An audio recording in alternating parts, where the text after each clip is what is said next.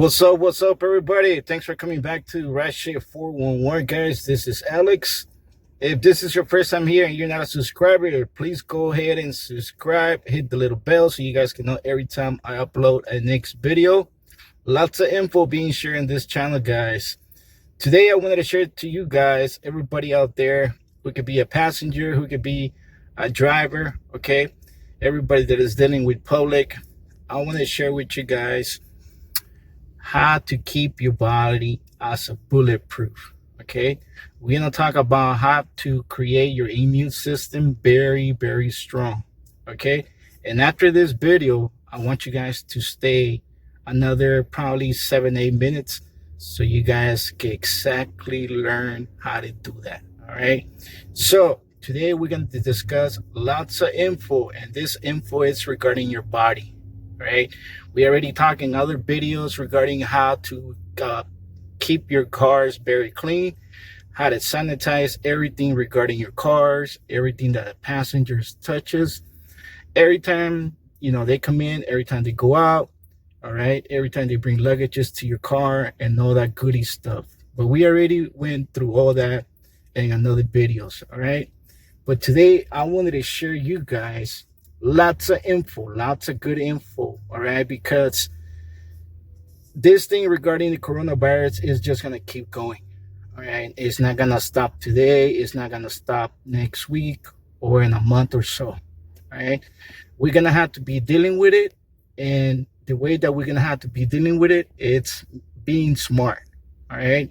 And being smart means that you, at the same time, you're keeping your car clean, sanitizing your car very well, all right? Keeping everything that you could think in the car spotless, all right? That's part A, okay? But part B, it's going to be making our bodies very strong, all right? Because this virus is just going to be flying everywhere, all right? You could probably be in front of your house, all right, and probably somebody that is walking by is infected or is sick, and because your body is not very strong, it's going to catch this virus really quick, right? And this is what I want to get into today, all right? Keeping your body very strong, okay? So on the second video, we're going to discuss what vitamins you should be taking on daily basis, okay? The way that you should be eating on daily basis, okay? And most important, it's keeping your body in a health matter, okay? When I say in a health matter, means whatever you're doing out there, we're gonna have to take a break and making sure that your body becomes bulletproof towards viruses, all right? We're also gonna discuss the way that you combine vitamins, okay? We're also gonna discuss on the second video what each vitamin does to your body and why you should be taking these vitamins, all right? But hopefully everybody is having a great day out there. Here in Cali, Los Angeles, we're getting a little bit of raining, but hey, that's how it is, right? No matter in what market you at, no matter in what city you at, we got to keep going. The show has to keep going, right, guys? But guys, I want you guys to take care of yourselves. Make sure that you guys stay healthy, all right? If you guys have any questions regarding anything, please do so. Get in contact with me, all right? My email is under the description. Anything that you guys need, you guys can reach out. And for those people that I talked to that you guys have reached out, you guys know that I get back at you guys and I give you guys as much info that I can.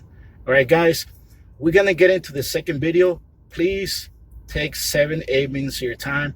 This info might save your life. All right, guys, take care of yourselves. I see you guys in the next video. Don't forget to thumbs up the video and don't forget to subscribe. Let's get into the next video. How do we strengthen and bulletproof our immune system? That is the topic for today. The first thing is, what is your immune system? It's basically your defenses, it's your army, it's your military to fight off the bad guys, the pathogens. Pathogens are microbes that cause disease. The derivation of the word immune comes from the Latin word immunis, which means exempt from public service. Now that's interesting. Now, if you break down this concept, it really means protected or free against insult, harm, or disease. So basically, your immune system protects you against disease. So the immune system is like immigration. So if something foreign enters the body, it has to go through the airways, it has to go maybe through the digestive system, and has to get the stamp of approval from immigration. And that's what your immune system does. It's constantly scanning to see if you are a foreign entity that could cause harm or if you're part of the body. And once it tags you as a foreign thing that could threaten the body, it will automatically send in the defenses. And that's what we're going to cover next. There are three main barriers for the immune system. You have the skin. So you have all these friendly bacteria on your skin that actually help protect you against foreign invaders. You also have a fat layer that protects you, and you have certain acids that protect you on the skin. Then you have the mucus lining in your gut, through the airways, through the sinuses, that also capture and engulf foreign particles or microbes. Inflammation is another barrier that your body puts up to protect itself. The main cells in your immune system are the white blood cells, compared to the red blood cells that have a different function. You also have, in addition to white blood cells, you have friendly bacteria that help you as well. And the name of the friendly bacteria collectively is called the microbiome or flora. And those microbes help you in many ways, from absorption of nutrients to recycling of bile to immune defenses. Just one of the things they do as a strategy is they'll make it so there's just not enough space for a pathogen to live, and they will make it so there's not enough food for that pathogen to live. So let's talk about the defenses of your immune system, the white blood cells. It makes acid to dissolve and kill microbes and pathogens. It will secrete poison to kill off these microbes. It releases free radicals. It will make hydrogen peroxide. You've probably seen that before, where you take hydrogen peroxide and you put it on an open cut. It just dissolves. It bubbles up and just kills off the microbes through oxidation. Our white blood cells actually make enzymes to help break down and dissolve microbes. Now, I already mentioned this one. Our microbes compete for food or space, but the white blood cells generate mucus and inflammation. And so these pathogens get caught up in this mucus web, and they can't really do anything else. It's like quicksand. Also, our immune system has a memory, everything that's happening. So everything's in a database, and it can remember, like, so way down the road when there's a microbe that actually comes back in our body, and our immune system actually tags it because it has a memory of that, and it can destroy it. So it actually learns over time by being exposed to these pathogens. That's called building up your immune system. And this is why, as a child, it's not very healthy to keep a child just so utterly sterile that they're never exposed or they're never sick. It's a natural part of building the immune system. Then we get to something called the phagocyte. That's part of our immune system. The phagocytes are cells that eat things. They devour microbes. And they have a ravenous appetite for not just microbes and viruses and bacteria and yeast and fungus, but they will also eat up dead cells and debris. They are the garbage disposal for things that we don't want in our body. Just 1 liter of blood has 6 billion of these guys. Now, an interesting thing about phagocytes is that they're stimulated by acid. And I think this is why, this is just my guess, why when people take a lot of synthetic vitamin C, ascorbic acid, certain people get results, even with synthetic vitamin C, simply because of the acid. I would recommend just consuming apple cider vinegar. Apple cider vinegar has been known to acidify the body and speed up phagocytosis, just like any acid. So if you have a choice, I would recommend the food-based vitamin C, not the synthetic, but use apple cider vinegar to actually speed up phagocytosis. And another mechanism that I want to mention that I didn't write down and involves certain white blood cells. If certain white blood cells are infected by a pathogen, we have this built-in mechanism that if the cell is invaded, it goes through something called apoptosis, where it kills itself off for the benefit of the entire body, because if they let the microbes leach into their DNA and start reproducing, then they become the copy machine that just makes the virus over and over and over. Now, on the flip side, the bad guys, the pathogens, also have their defenses as well.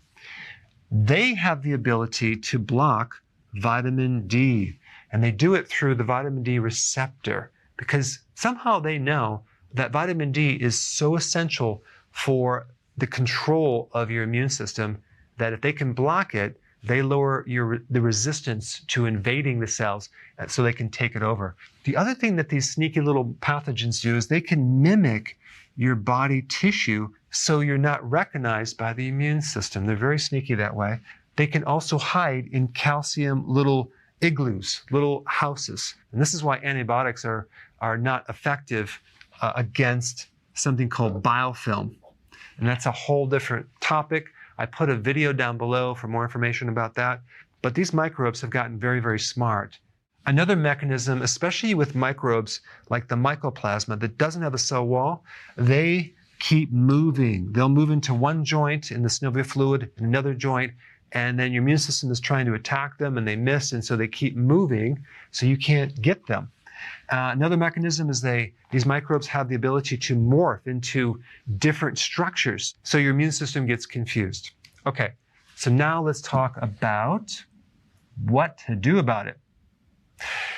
There's two things. You have things that weaken the immune system, and you have things that strengthen the immune system. Now, as far as what weakens the immune system, low nutrient foods, going on a diet that creates nutritional deficiencies. If you take the pandemic, the Spanish flu that occurred in 1918, and you take a look at what happened just before this pandemic, this spread of this virus all over the world that killed 50 to 100 million people. What occurred right before that is World War I. Now, what happened in this war is you had this huge shift of transportation of food. You had rationing. You had the preserving of food. A lot of the soldiers were given things like canned corned beef. Some foods had dog food. There just wasn't a lot of fresh vegetables and food. So when you do that over a period of time, you weaken the immune system, especially if you put someone under a stressful state, like being in a war. That is going to set the person up for a susceptibility to having a virus invading their body. So when you're low in vitamins, trace minerals, amino acids, and fatty acids especially, you are more susceptible to getting sick because of the fact that the nutrient defense mechanism is dependent on these nutrients. Just think about a virus, for example. A virus can't do anything to you. It's not alive unless it invades the cell wall and goes right into your DNA and starts to turn that thing into a copy machine while it hijacks the life force from that cell. Now think about what I just said. It has to invade the cell wall, okay?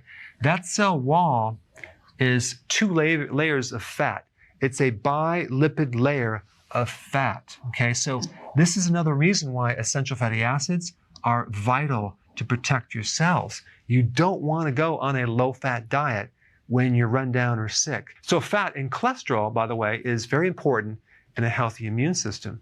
Cholesterol is an essential building block for certain hormones like cortisol, for example. Cortisol is really important in your immune system. So if cortisol does not have its building blocks, cholesterol, it can't be formed correctly. And then you have stress. This is probably equivalent to nutrient deficiencies. In fact, in practice, I don't remember one case that came in that had some sickness that didn't have some stress event occur right before it. So stress is a very key factor, and I put some links down below for more information on how someone can extract stress. Low sleep also sets you up for being susceptible, and it's connected to stress as well.